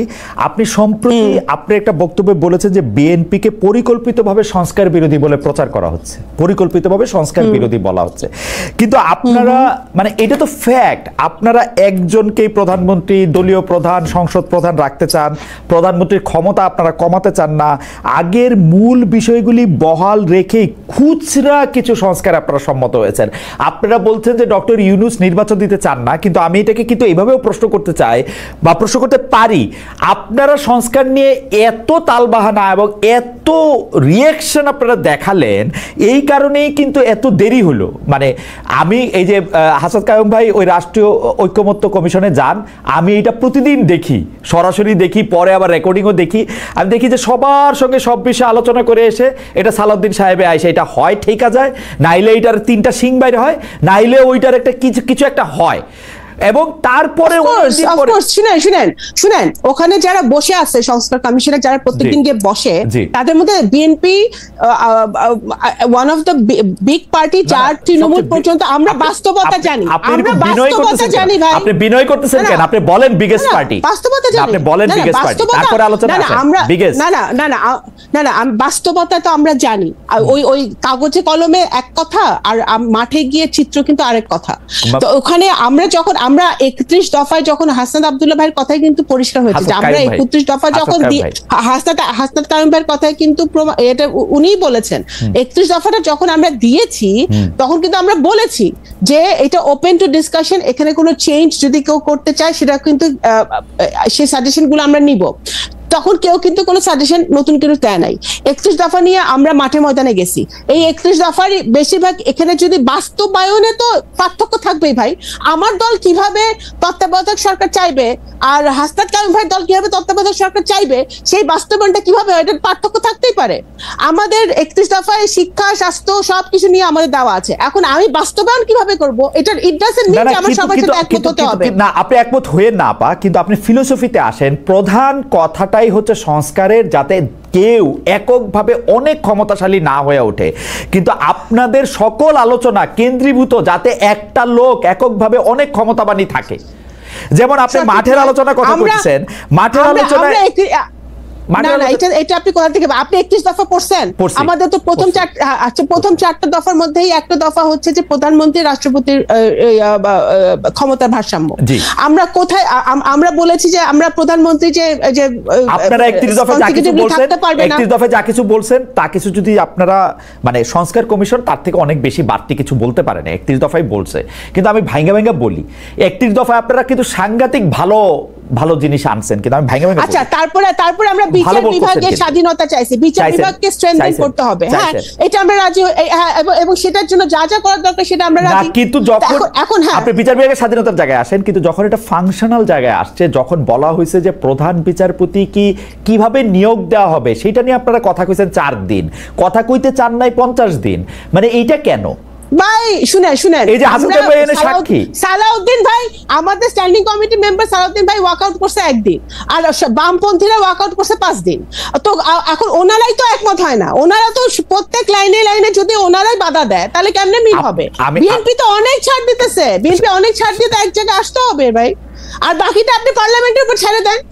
আপনি ইলেকশনে যান, ইলেকশনে আপনার ম্যানিফেস্টো নিয়ে, হাসনাত কায়ুম ভাই ওনার ম্যানিফেস্টো নিয়ে যাক, জামাত ওনার ম্যানিফেস্টো নিয়ে, এনসিপি ম্যানিফেস্টো নিয়ে জনগণের কাছে যাক, পার্লামেন্টে আসুক। ডক্টর মোহাম্মদ ইউনূস আপনি শুনেন নাই, উনি বলছেন বাংলাদেশের মানুষ ম্যানিফেস্টো দিয়ে ভোট দেয় না। বাংলাদেশের মানুষে গিয়া সামাপা এখন গিয়া বলবে প্রতি ভোট 1000 টাকা করে দিব, ধানের শীষে ভোট দিয়ে দিবে, যারা দিবে না তারাও দিয়ে দিবে। মানুষের মনোজগতের পরিবর্তন হয়েছে। আমার দল বিএনপি সহ সকল রাজনৈতিক দলকে এখন 2025-এ বুঝতে হবে যে ওই প্রেক্ষাপট নাই যে আমি গেলাম আর ভোট টাকা দিয়ে ভোট কিনে আনলাম। That is not the reality anymore.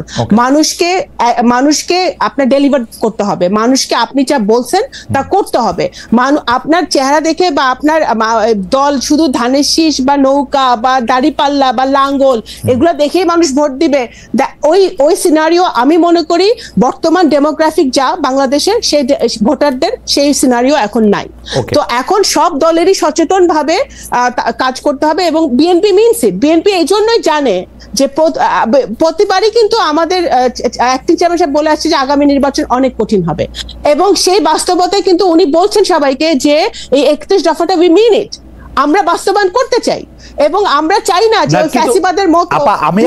আমি আপনার সকল কথার সাথেও একমত। 31 দফাতে আপনারা এটা সংস্কারটা করতে চান, সেটা তো একমত, কিন্তু বাস্তবে আমি যখন টেবিলে আপনাদের বসতে দেখতেছি, আমি যখন দেখতেছি প্রধান বিচারপতির আপনি কিভাবে নিয়োগ দিবেন, বিচারকদের আপনি কিভাবে নিয়োগ দিবেন, আপনি আসলে নির্বাচন কমিশনকে কিভাবে নিয়োগ দিবেন, আপনি প্রধানমন্ত্রী, দলীয় প্রধান, ক্ষমতা সরকার প্রধান থাকবেন, এগুলি ফান্ডামেন্টাল জিনিস, এগুলির ব্যাপারে আপনারা একমত কিনা। কিন্তু বারবারই যেমন ধরেন সাংবিধানিক কাউন্সিল, আমি এর প্রত্যেকটাতে উনাদের সাথে একমত হতে পারি, আপনার সাথে একমত হতে পারি, কিন্তু দ্য ওয়ে সালাউদ্দিন ভাই হোক, আপনি হোক, যেভাবে আপনি প্রোটেক্ট করেন, একটা লোককে প্রোটেক্ট করেন আপা, আপনি ভালো করে খেয়াল করে দেখেন, খালি দলীয় প্রধানকে প্রোটেক্ট করেন, যেইটা 31 দফার মূল সুরের বিপক্ষে, এবং একটা লোককে প্রধান করতে চান। মানে একটা কাস্টমাইজড শেখ হাসিনাই আপনারা আবার বানাতে চান কিনা, এটা হচ্ছে অভিযোগ আর কি। না, অবশ্যই না। এটা শুনেন, এটা আবারও বলতেছে, এটা আপনাদের মতো আপনারা এবং ওই যে অন্যান্য দলগুলো সুবিধা হয় বিএনপি কে গালি দিলে, বাট মোটেও না। আমাদের দলীয় প্রধান যদি চাইতো, আমাদের দলীয় প্রধান হচ্ছে দেশনেত্রী বেগম খালেদা জিয়া, ভারপ্রাপ্ত চেয়ারম্যান হচ্ছে জনাব তারেক রহমান। ওনারা যদি চাইতেন যে শেখ হাসিনার মতো সারা জীবন ক্ষমতায় থাকতে, তাহলে 31 দফায় ওনারা প্রধানমন্ত্রী এই যে কনসিকিউটিভলি থাকতে পারবে না, এইটা উনি আনতেন না, ক্ষমতার ভারসাম্য হবে এটা ওনারা আনতেন না। তো ওনারা তো চাচ্ছেন না যে ওনারা আমরা বিচার বিভাগকে স্বাধীন এবং নিরপেক্ষ, এটা আমরা চাইতাম না। আমরা তো বলছি, হ্যাঁ নির্বাচন কমিশন গঠন আমরা একমত হয়েছি, আমরা তত্ত্বাবধায়ক সরকারে আমরা কিভাবে গঠিত হবে সেটাতে একমত হতে পারছি না দলগুলো, যেগুলাতে একমত হতে পারছে না, it's simple, difference of opinion থাকতেই পারে, কিন্তু দ্যাট ডাজন্ট মিন যে আমরা ওই একজন ব্যক্তিকেই আমরা দেখতে চাই বা শেখ হাসিনার মতো আমরা দেশ চালাতে চাই, নট এট অল। আমরা চাচ্ছি যে আমাদেরকে যদি আপনাদের কথা অনুযায়ী বা এই যে অন্যান্য দলগুলোর কথা অনুযায়ী যদি এতই বেশি বিএনপির বিরুদ্ধে লোকজন সোচ্চার থাকে, তাহলে আপনারা জনগণের কাছে যান, ভোটারদের কাছে যান। আমরা তো আমাদের ম্যানিফেস্টো নিয়ে, আমাদের 31 দফা নিয়ে আমরা কি করতে চাই সেটা নিয়ে আমরা ভোটারদের কাছে যাচ্ছি। শামাপারে দ্রুত একটা কথা বলে যে, শামাপা আপনার একজন ভক্ত, ওনার নাম বোধহয় মোহাম্মদ রহমান, তিনি বলছেন যে খালেদ মহিউদ্দিন হাসিনার ইনকাম কখনো জিজ্ঞেস করছেন কিনা গত 15 বছরে। কমন প্রশ্ন, জি ভাই জিজ্ঞেস করছি। আপনার জন্য প্রশ্ন, জি আপনি কি বলবেন ভাই? আপা বলবেন? না, প্রশ্নটা প্রশ্নটা হচ্ছে যে বিএনপি জাতীয় নির্বাচন আয়োজনটিতে সবচেয়ে, সেটা আপনার জন্য শেষ প্রশ্ন, সবচেয়ে বেশি জোর দিচ্ছে। ইন্টারেস্টিং ব্যাপার হচ্ছে অংশ নিতে পারুক আর না পারুক, আওয়ামী লীগও কিন্তু জাতীয় নির্বাচনের ব্যাপারে প্রত্যক্ষ বা পরোক্ষভাবে এক ধরনের কথা বলছে ইন্ডিয়াও, যে আসলে আমরা একটা নির্বাচিত সরকারের সাথে কথা বলবো। সোশ্যাল মিডিয়াতে আওয়ামী লীগকে আমরা খুব সোচ্চার দেখছি, কারণ তারা মনে করছে নির্বাচিত সরকার এলে, বিএনপি ক্ষমতা এলে, তারা মাঠের রাজনীতিতে এখনকার যে পালিয়ে থাকা অবস্থান, সেইটার চেয়ে পরিস্থিতিতে কিছুটা একটা স্পেস পাবে। এবং গত 1 বছর ধরে মানে এই আওয়ামী লীগের অনেক নেতাকর্মী অনেক কিছুতেই বিএনপির দিকে তাকিয়ে আছে। এই বিষয়টা আপনি কিভাবে দেখেন? অনেকেই বলছেন যে বিএনপি এবং আওয়ামী লীগের মধ্যে তলে তলে একটা সাংঘাতিক রকমের আতাত হচ্ছে, আপনি বিষয়টাকে কিভাবে দেখেন? দেখেন এই 17 বছরে বিএনপি হচ্ছে মানে সবচেয়ে বড় ভিকটিম আওয়ামী লীগের ফ্যাসিবাদের। তো ওইখানে বিএনপির সাথে আওয়ামী লীগের আতাতের প্রশ্ন নাই, খুবই ক্লিয়ার। হাসিনার সময় যখন আমরা তো 2009 সাল থেকে ভোটাধিকার চেয়ে আসতেছি, যখন হাসিনা আসছিল এবং ইলিয়াস আলী গুম হইলো 10-11 সাল, তখন থেকেই আমরা কথা বলে আসতেছি এবং ভোটাধিকার চেয়ে আসতেছি। তখন আপনাদের মনে হয় নাই, দেশবাসীর আপনাদের পলিটিক্যাল পার্টিগুলোর মনে হয় নাই যে বিএনপি কেন নির্বাচন চাইতেছে? আজকে নির্বাচন চাইলে দোষের কি? আপনার এই সংস্কারের ফার্স্ট আপনি কিছুই ঠিক হবে না।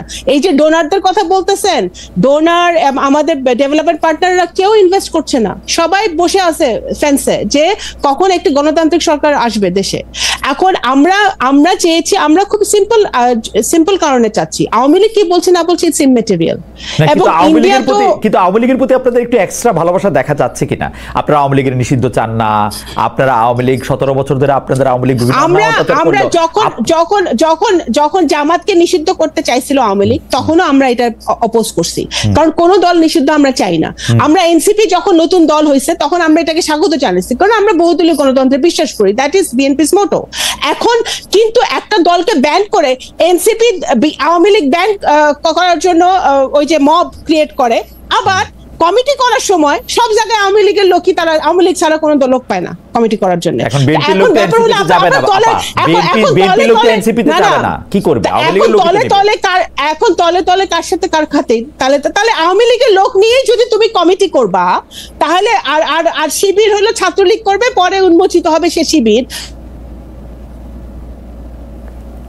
তাহলে নামে রাজনীতি করেছে, বিএনপির নামে আন্দোলন করেছে, বিএনপির নামে জেল খেটেছে, বিএনপির নামে সবকিছু করেছে। আমরা তো কোনো ছদ্মবেশে কোনো কিছু করি নাই। আমরা সারা জীবনে 17 বছর ধরে আমরা নির্বাচন চেয়ে আসছি, কারণ গণতন্ত্র নাই। একটা যেই আসুক, আজকে যদি যেই ক্ষমতায় আসুক, সেটা সব মুখ্য না, মুখ্য একটা ভোটাধিকার আমাদের প্রতিষ্ঠা করতে হবে। আজকে এত কিছু যে অধপতন, এত কিছু যে নাই, প্রত্যেকটা প্রতিষ্ঠান ধ্বংস। এই যে প্রত্যেকদিন সংস্কারের কমিশনে আপনারা বসতেছেন, সবাই কেন বসতেছেন? কারণ 17 বছর ধরে সবকিছু। কিন্তু মানে এখন দেশের যে অবস্থা বা এই সরকারের যে অবস্থা, দুর্বল সবল যেমনি বলুক, আমার কাছে একটা বলশালী সরকার মানে হচ্ছে যে সরকারটার আসলে সবগুলি উইং ভালোভাবে কাজ করে। এখন সরকারটা, এটাকে এখন হাসাদ কামাল ভাই যে নামই দেখ না কেন, এখন সরকারটা যে অবস্থা, কেউ যদি এই প্রশ্ন করে আসলে কি নির্বাচনের জন্য দেশটা নিরাপদ? নির্বাচন কি দিতে পারবে এই সরকার? নির্বাচন করতে পারবে? এটা আমাকে জিজ্ঞেস করছেন? জি আপা। হ্যাঁ, এখন এই সরকারের তো দুর্বলতা আর অলরেডি উন্মোচিত হয়েছে, কারণ তাদের প্রেসার গ্রুপ হিসেবে সমন্বয়করা এনসিপি কাজ করে। সো তাদের নিজেদেরকে শক্তিশালী হতে হবে, এবং তারা যদি প্রয়োজন, এতগুলো রাজনৈতিক দল আছে, সবগুলো দলের থেকে তারা সাজেশন নিতে হবে। প্রশাসন কিভাবে তারা সবল করবে, তার অ্যাডমিনিস্ট্রেশন কিভাবে সবল করবে। তাদের এখনো আওয়ামী লীগের লোকজন প্রত্যেকটা এজেন্সিতে আছে, আওয়ামী লীগের লোকজন প্রত্যেকটা সচিবালয়ে আছে, এদেরকে কিভাবে তারা সংস্কার, মানে এদেরকে কিভাবে বের করবে, সেগুলো তো আগে তারা ঠিক করবে। এগুলো 1 বছর চলে গেছে, তারা কিছুই করে নাই। এখনো বিভিন্ন প্রশাসনের লোক, বিভিন্ন স্তরে হাসিনার লোক রয়ে গেছে, এগুলোকে এখনো ছাঁটাই করতে পারে না, অথচ লোক পালা যাচ্ছে। এগুলো ঠিক করতে হবে। আপা, এটা নিয়ে শেষ প্রশ্ন, কেন এই কথাটা বারবার উঠছে? কারণ বিএনপি তো এই দেশটাকে যথেষ্ট নিরাপদ মনে করছে না, সেজন্য বিএনপি প্রধান নেতা দেশে আসছেন না, অনেকে বলতেছেন এরকম। তারেক সাহেব দেশে আসছেন না কারণ দেশকে যথেষ্ট নিরাপদ মনে করছেন না, এবং দেশ যথেষ্ট নিরাপদ না অথচ নির্বাচন চাচ্ছে। ব্যাপারটা একটা দুই রকম অবস্থান হচ্ছে কিনা? ষড়যন্ত্র তো চলতেছে না তা তো না, আমরা সবাই বুঝি যে ষড়যন্ত্র এখন চলতেছে। আওয়ামী লীগ দেশি বিদেশি ষড়যন্ত্র আছে, এবং ষড়যন্ত্রকে মোকাবেলা করার প্রথম ধাপ হচ্ছে একটা গণতান্ত্রিক অবস্থা ফিরিয়ে আনা, এবং গণতান্ত্রিক অবস্থা ফিরিয়ে আনার প্রথম ষড়যন্ত্র চলতে থাকবে যদি নির্বাচন না হয়, যদি গণতান্ত্রিক অবস্থা ফিরিয়ে না আসে, ষড়যন্ত্র চলমান থাকবে। তাহলে সবগুলো রাজনৈতিক দল ওই যে অগাস্টের 5 তারিখে গত বছর যেই জায়গায় ছিল সেই জায়গায় আসতে হবে, যে আমরা সকলেই একটা গণতান্ত্রিক পরিবেশ চাই, তাহলেই সম্ভব। এখন ডক্টর ইউনূস যদি তার প্রশাসনকে শক্তিশালী করতে না পারে, নির্বাচন কমিশন বলতেছে নির্বাচন কমিশন রেডি, পুলিশকে আরো শক্তিশালী করতে হবে, অ্যাডমিন ক্যাডারকে শক্তিশালী করতে হবে, এবং যারা রাজনৈতিক দলগুলো যারা পার্টিসিপেট করবে নির্বাচনে, তাদেরও আরো মানে ইন্টেনশন থাকতে হবে একটি গণতান্ত্রিক ব্যবস্থা কায়েম করা, যেখানে একটি সুন্দর নির্বাচন আমরা দিতে পারি মানুষকে। ওকে শামাপা, আপনাকে অনেক ধন্যবাদ। আসলে শামাপা একটু আগে চলে যেতে চেয়েছিলেন, আমি একটু বেশি সময় আটকে রাখলাম। আমি একটু হাসনাত কাইয়ুম ভাইকে একটু বলি, আপনাকে অনেক ধন্যবাদ এবং শুভেচ্ছা দিয়ে আমি একটু হাসনাত কাইয়ুম ভাইয়ের কাছে একটু এই ব্যাপারটা একটু শুনি। হাসনাত কাইয়ুম ভাই, আপনাকে যে জায়গায় আমি আটকে ছিলাম সেই জায়গা থেকে একটু বাড়তি প্রশ্নটা করে রাখি, আপনি যদি দুটো মিলিয়ে একটু বলেন। সেটা হচ্ছে যে আপনি জানেন যে বিচার বিভাগকে নিয়ে আমাদের সবচেয়ে বড় আশা ছিল যে এই ইনস্টিটিউশনটা আসলে আগের সরকার সম্পূর্ণভাবে কুক্ষিগত করে ধ্বংস করার, আমি মানে ধ্বংস করার জন্য যা যা কিছু করা লাগে এরকম অনেক কিছু করছিলেন। কিন্তু এখন আমরা একটা বিচার বিভাগ পাইলাম যেটা নিয়ে ব্যারিস্টার সারা হোসেন তিনি বলতেছেন যে বিচার ব্যবস্থার ভেতরে ভয় কাটেনি, ভয় বিচার ব্যবস্থার ভেতরেও আছে বাইরেও আছে, বিচারপতিদের সবারই চিন্তা হচ্ছে আমি কি করলে কে আমার বিরুদ্ধে কথা বলবে, কোনো একটা গোষ্ঠী তার বিরুদ্ধে কিছু একটা নিয়ে জোরে আওয়াজ তুললেই তো শেষ। আমাকে মানে বিচার আদালতের বিচারকদের অনেকে বলেছেন যে তারা আসলে প্রতিটা রায় দিতে সময় তারা মানে এই ব্যাপারটা তাদের বিবেচনার মধ্যে থাকে। হাসান কামাল ভাই, আপনি যদি এই দুইটা বিষয় একটু মিলায় বলতেন। না, এটা তো ধরেন সারা যেটা বলছে কিংবা আপনার পার্সোনাল যে এক্সপিরিয়েন্স, আমাদের এক্সপিরিয়েন্সের থেকে আলাদা কিছু না। প্রথমত বিচার বিভাগই ধরেন সবচেয়ে বেশি শেখ হাসিনা যেটা করছিল সেটা হচ্ছে যে অন্যান্য সরকারও ধরেন জনগণকে নিপীড়ন করে নির্যাতন করছে আর কি আমাদের সরকারগুলি। তো সেগুলি ব্যবহার করতে হয় পুলিশকে, আমলাকে অথবা ব্যবসায় আর্মিকে, এরকম বিভিন্ন ইনস্টিটিউশনকে ব্যবহার করছে। গত 15 বছরের যেটা বিশেষ বৈশিষ্ট্য ছিল এটা ছিল শেখ হাসিনা সবচেয়ে বেশি ব্যবহার করছিল বিচার বিভাগকে। কারণ তাতে যেটা হয়েছে যে বিচার বিভাগের ব্যাপারে বিচার বিভাগের আসলে বিচারের কোনো চরিত্র ছিল না। এটা হচ্ছে একেবারেই পুলিশের চাইতেও একটা এক্সটেনশন ছিল, মানে সরকারের নিপীড়ন যন্ত্রগুলির মধ্যে তার অবস্থান পুলিশের নিচে নেমে আসছিল। এখন এইবার যখন আসলে অভ্যুত্থান হয়েছে, অভ্যুত্থানের পরে প্রতিক্রিয়াটাও সেরকম হয়েছে। প্রতিক্রিয়া হচ্ছে এরকম যে বিচারপতিদের কি আসলে ছাত্ররা গিয়ে ঘেরাও করছে, কি আসলে তারা ওইখান থেকে পালায় গেছে, বিচারপতিরা ধরেন কি বলে যে আর্মির শেল্টারে গিয়ে উঠছে, তাদের তালিকা দেওয়া হয়েছে, তাদেরকে ধরে বাচ্চারা এখানে, মানে বিচার বিভাগের যে মর্যাদা, একটা গণতান্ত্রিক ব্যবস্থার যে এটা লাস্ট রিসোর্ট, এইটা তো ধরেন একেবারেই নাই হয়ে গেছে আর কি। বরং পুলিশকে যেরকম মারছে বিচার বিভাগের লোকদেরকেও এরকমই ধরেন এই একই আচরণ হচ্ছে। তাহলে সেই জায়গা থেকে পরবর্তীকালে এটাকে যে আসলে রিকভার করার জন্য যে কোনো সুস্থ উদ্যোগ নেওয়া, সেটা আসলে আমার চোখে পড়ে না। আপনি দেখবেন যে প্রথম থেকে এটা এরকম একটা পরিস্থিতির ভেতর দিয়ে গেছে যে ওইখানেই অনিয়ম প্রথমে শুরু হয়েছে। ধরেন প্রথমে অ্যাটর্নি জেনারেল নিয়োগ হয়েছে, কিভাবে নিয়োগ হয়েছে এটা কেউ জানেন? তো অ্যাটর্নি জেনারেল এবং চিফ জাস্টিস একই চেম্বার থেকে নিয়োগ হয়েছে। এটা ধরেন এই ঘটনা ধরেন এটা একটা খুব মানে ওইভাবে যদি দেখেন একটা বিচার বিভাগের ধরেন আপনার স্বাভাবিক থাকবে, এটার একটা ধরেন ব্যালেন্স থাকবে, এটা সম্পর্কে মানুষের শ্রদ্ধা থাকবে। ওই জায়গাগুলি তো আসলে প্রথমেই আসলে শুরু করা যায় না আজকে পর্যন্ত, এটার মধ্যে এখন পর্যন্ত। তবে মানে আমি ডেভিলস অ্যাডভোকেট হিসেবে খালি একটা কথা বলি যে বিচারপতি সৈয়দ রেফাত আসলে খুব বেশি চেম্বার করেন নাই, সেই অর্থে তাকে আসলে একই চেম্বার থেকে বলাটা মানে এটা হয়তো উনার পিতার চেম্বার মূলত, কিন্তু উনি তো আসলে খুব বেশি উনি বিদেশে এটা আপনিও জানেন আমিও জানি, আমাদের জানা একটা কোটেশন বলি, আবারও মানুষ বলবে যে একই সুরে কথা বলতেছেন। ওই যে কথা আছে না যে আপনার তো কেবলমাত্র বিচার করলে হয় না, আপনাকে শো করতে হয়, আপনাকে শো করতে হয় যে আপনি বিচার করছেন। Right right. সো এইটা আমি এই ব্যাখ্যা জানি। আমি তো চিফ জাস্টিসের ইন্টিগ্রিটি অনেস্টি নিয়ে কোনো কথা বলতেছি, আমি এমনকি অ্যাটর্নি জেনারেল নিয়েও কোনো কথা বলতেছি না। কিন্তু কথা হচ্ছে আপনি যখন কোনো একটা সিস্টেমের বিপরীতে, একটা ধরেন সিস্টেম ধ্বংস হয়ে গেছে, এই সিস্টেমটাকে আপনি রিকভার করার জন্য যাদেরকে দায়িত্ব দিচ্ছেন, সে দায়িত্ব দেওয়ার পদ্ধতিটা মানুষ কোনভাবে দেখবে, রাইট, সেই দেখানোর জায়গাটা হচ্ছে খুব গুরুত্বপূর্ণ, অন্তত বিচারের প্রশ্নে। অন্যান্য জায়গাগুলি এত গুরুত্বপূর্ণ না। একটা গণতান্ত্রিক সমাজের জন্য বিচার বিভাগ তার স্বাধীনতা, তার মর্যাদা, তার ইন্টিগ্রিটি, তার এই রকমের জায়গাগুলি যেই রকম আসলে শো করতে হয়, রাইট, এবং যেভাবে এটা মেনটেন করতে হয়, সেইটা যদি আপনি বিচার বিভাগে না করে পুলিশকে যেভাবে রিফর্ম করছেন কিংবা করার চেষ্টা করতেছেন, একইভাবে যদি বিচার বিভাগকে মনে করেন না, তাহলে সেটা আসলে কোনো কাজে আসবে না। হাসান কামাল ভাই, কাজে আসছে না।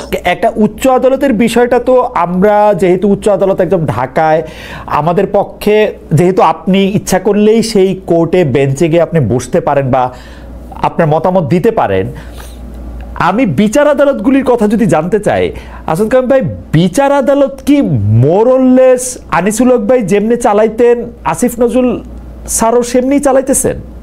মানে আমার কাছে ধরেন, আমি আপনার নাম বলছি না, কিন্তু আমার কাছে বিভিন্ন সময় কেন এখন এক ধরনের ধারণা হয়েছে মানুষের যে আমি বোধহয় একটু কথা বলি, বা আমি কথা বললে কোনো কাজ হইতে পারে কিনা। আপনার যেরকম অভিজ্ঞতা, আমার খুব কম মানুষের সাথে পরিচয়, কিন্তু তাদের এদিক থেকে যে ফোনগুলি আমি পাইছি এবং যে ধরনের প্র্যাকটিস, ধরেন কেবল আসিফ নজরুলের জায়গা থেকে বললে হবে না, শামা চলে গেল, কোর্টগুলিকে যেভাবে ধরেন বিএনপি এবং জামাত তাদের আইনজীবীরা যেভাবে অফিস দখল করছে এবং যেভাবে প্র্যাকটিস দখল করছে, যেভাবে বিচারকদেরকে আসলে জিম্মি করে, সেইখানে ধরেন সারা যেটা বলছে যে যদি তাদের পক্ষে রায় না হয় তাহলে ঢাকা কোর্টের ব্যবস্থা তো দেখছেন আপনি। তো এই ঘটনা তো আগের আদালতের ব্রাহ্মণবাড়িয়ায় যেটা হয়েছে, পরের বার এটা ইয়েতে তাই হয়েছে, ঢাকা কোর্টে তাই হয়েছে। এবং সেই জাজেরই তো ধরেন, সেই জাজ কেন ভিডিও করছে সেই জন্য তার পানিশমেন্ট হয়েছে, কিন্তু যারা এটা করছে তাদের কি হয়েছে? রাইট। সো এইগুলি মিলায় আমি বিচার আদালত কেবলমাত্র বিচারের ম্যাজিস্ট্রেট কিংবা আসলে সেশন জাজ কিংবা জাস্টিস এদেরকে দিয়ে বিচার আদালত না, এদের বাইরে আমরা যারা আসলে ওইখানকার কোর্ট অফিসার হিসেবে কাজ করি, আমরা যে দলীয় চর্চাটা করছি, আমরা যেভাবে এটাকে কন্ট্রোল করছি, এবং এইটার সাথে আসলে মানে আসিফ নজরুলদের নিষ্ক্রিয়তা বলেন কিংবা আসলে অপারগতা বলেন কিংবা ধরেন ইচ্ছার অনিচ্ছা কি আছে আমি জানি না, সেগুলি যদি মিলায় দেখেন তাইলে এই জায়গাটা কোনোভাবে কোনো উন্নতি হয় নাই, এইটুকু বলা যাবে। অ্যাডভোকেট আসাদ কালাম, আমি বিচার বিভাগ সম্পর্কে আপনাকে যেহেতু পাইলাম, এটা আমার শেষ প্রশ্ন। আপনি দেখবেন যে সম্প্রতি উপদেষ্টা পরিষদ অন্য কোনো কাজ করতে পারে না, কিন্তু উপদেষ্টা পরিষদ বৈশা, ডক্টর ইউনূস চেয়ারে বৈশা কাউকে গ্রেপ্তার করলে 12 ঘন্টার মধ্যে পরিবারকে জানাইতে হবে, এই সিস্টেম করছে। অথচ এপিলেট ডিভিশন, আপনি জানেন ব্লাস্টের সঙ্গে একটা মানে 55 ডিএলআর এটা আছে, ব্লাস্টের সঙ্গে একটা মামলা, এপিলেট ডিভিশন কিন্তু স্পষ্ট বলছিল 1 ঘন্টার মধ্যে জানাইতে হবে, কারণ 12 ঘন্টা একটা মানে ইটস লাইক, মানে আপনি জানেন যে বাংলাদেশে 12 ঘন্টা কি কি হইতে পারে।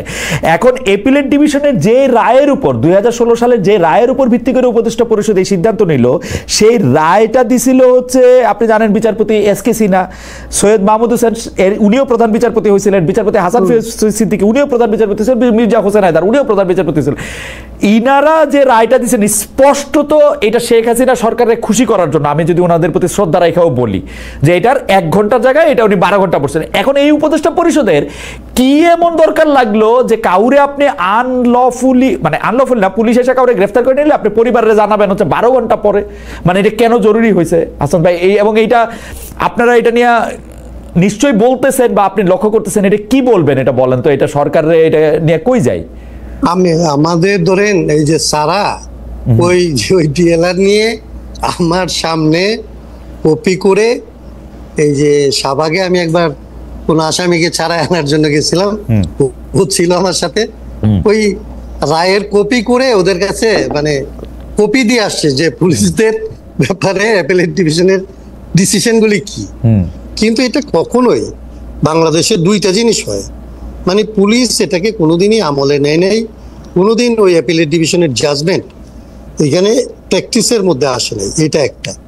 আর দুই হচ্ছে যে এখন যেগুলি বলা হচ্ছে সেগুলি যে আসবে না, এটা আপনি ধরেন আপনার গতকালকে সবচেয়ে গুরুত্বপূর্ণ মামলার আসামি, ধরেন সবচাইতে বিচার বিভাগের জন্য সবচাইতে কলঙ্কিত লোকও হইতে পারে, এবিএম খায়রুল হককে আসলে আদালতে উপস্থিত না করে একজন পুলিশ অফিসার তার অর্ডার করাইতে চাইছে, ম্যাজিস্ট্রেট তাকে আসলে কোর্টে অ্যাপিয়ার করানোর জন্য বলছে, সেইটা সে মানে নাই, সময় দিছে তারপরে মানে নাই, তারপরে যখন জিজ্ঞেস করছে যে কেন আনা হয় নাই, সে বলছে আনা হবে না, এবং এইটার আজকে তাকে কন্টেম্পট নোটিশ ইস্যু করতে হয়েছে যে এইটা তার আসলে রেজিস্ট্রারের মাধ্যমে চিফকে জানাইতে হবে কিনা।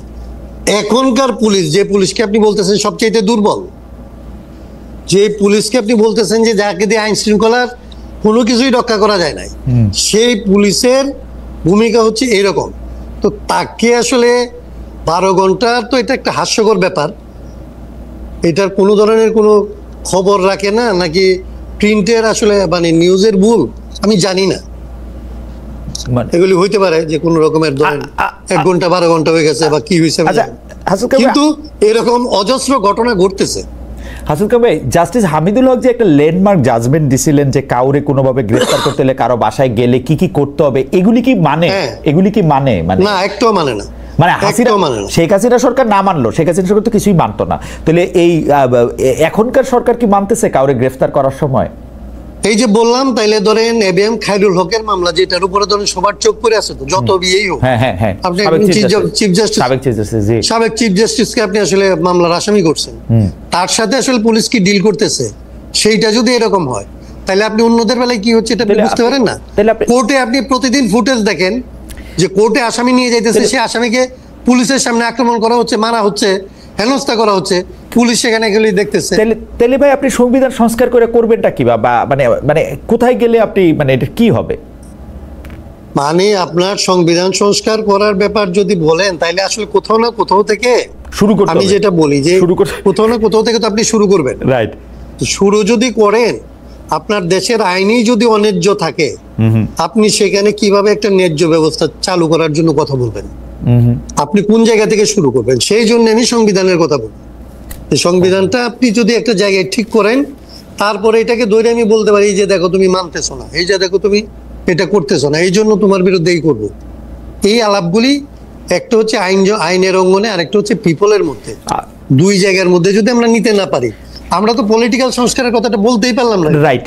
পলিটিক্যাল সংস্কারের কথা, পলিটিক্যাল সংস্কারের কথা আমাদের বলাই হলো না, আমাদের আজকে আর সময় নেই। কিন্তু হাসান কামাল ভাই, আমি একটা জিনিস আপনার কাছে একটু জানতে চাই যে আমাদের কিন্তু অনেকগুলি বিষয় নিয়ে একদম দম বন্ধ করা কিছু অবস্থা আমরা দেখতে পাচ্ছি। মানে রাজনৈতিক সরকার আসলে কি হবে আমরা জানি না।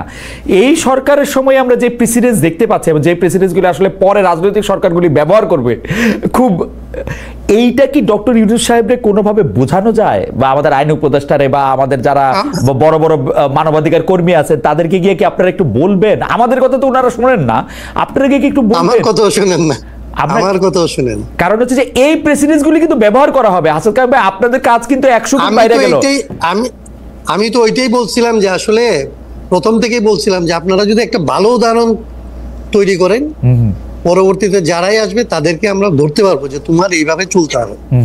এখন ওনারা যেটা, এটা খুব স্বাভাবিকভাবে আপনি যেটা বলছেন, ওনারাই যদি এখানে রেখে যায় আমাদেরকে, তাহলে এর পরে আমাদের জন্য কি অপেক্ষা করতেছে সেটা বলা, এবং বাংলাদেশ, গোটা বাংলাদেশের নিয়ে আমার আশঙ্কা আছে, এখন বাংলাদেশের ভবিষ্যৎ নিয়ে আমার আশঙ্কা আছে। কিন্তু তারপরে আমি মনে করি যে এই চেষ্টা তো করতেই হবে। ওকে, আপনার এখানে বলতেছি এটাও বলা, আপনাদের কাছে আমার মনে হয় হাসান কামাল ভাই শীঘ্রই হয়তো এরকম হইতে পারে যে ডক্টর মোহাম্মদ ইউনূসের সঙ্গে বা পুরো উপদেষ্টা পরিষদের আপনার যারা বন্ধু বান্ধব মানবাধিকার কর্মী যারা আছে তাদের সঙ্গে নিশ্চয়ই আপনার মানে কি বলবো একটা ইনফরমাল সাক্ষাৎ হইলেও আপনি নিশ্চয়ই আমাদের কথাগুলি তাদের জানাবেন। কারণ খুবই হতাশাজনকভাবে তাদের কানেও আমাদের কথা এখন আর পৌঁছাইতেছে না। মানে এইটা খুবই আনফরচুনেট হইতেছে, কিন্তু পৌঁছাইতেছে না আসলে। পলিটিক্যাল গভর্নমেন্ট আসলে কি হবে আমি জানি না। আপনাকে শেষ প্রশ্নটা করি ভাই, আপনি কবে মনে করেন যে ইলেকশন হবে? একটু যদি জ্যোতিষী আমার নিজের মনে করা যদি ধরেন, তাহলে আমি এখনো পর্যন্ত মনে করি যে আসলে ইউনূস সাহেব যে ডেডলাইনটা বলছে এটার বাইরে ওনার পক্ষে যাওয়া খুব কঠিন হবে। অর্থাৎ এপ্রিল মাসের কথা না, জুন মাসের কথা উনি বলছেন। না না, উনি বলছে এবার তো শেষে ফেব্রুয়ারির কথাই বলছে। আমি মনে করি ফেব্রুয়ারির মধ্যেই হয়তো, ওকে, ফেব্রুয়ারির মধ্যেই ওনাকে, আমার বিশ্বাস যে এর বাইরে ওনার পক্ষে যাওয়া কঠিন হবে। ওকে ওকে, আপনাকে অনেক ধন্যবাদ অ্যাডভোকেট হাসান কাইয়ুম। আপনার শরীর অনেক বেশি ভালো না, তারপরও অনেকগুলি গুরুত্বপূর্ণ বিষয়ে আপনি আমাদেরকে অনেকগুলি প্রশ্নের জবাব দিয়েছেন। আমরাও কিছু বিষয় আপনার কানে দিয়ে রাখতে পারলাম, কারণ অধিকার কর্মী হিসাবে যাদের আমরা চিনতাম তারা এখন সরকারে গিয়ে তাদেরকেও কিছু কথা শোনানোর কোনো প্রক্রিয়া আছে কি না, সেই ক্ষেত্রে আমরা জনগণ অনেক সময় অনেক অসহায় বোধ করি। এবং আইনের শাসন, বিচার বিভাগের এবং রাজনৈতিক সংস্কার নিয়ে আসলে আমরা কথা বলতে পারি এটাই। রাজনৈতিক সংস্কার নিয়ে আপনার কিছু দিক নির্দেশনা আছে, কোনো জায়গায় আপনি কিছু কিছু কথা বলেছেন, শামা ওবায়দ ছিলেন তিনিও কিছু কথা বলেছেন। আমরা নিশ্চয়ই ভবিষ্যতে আবার আপনার সঙ্গে কথা বলতে পারবো এবং কিছু জিনিস জানতে পারবো। হাসান কামাল ভাই, অনেক ধন্যবাদ।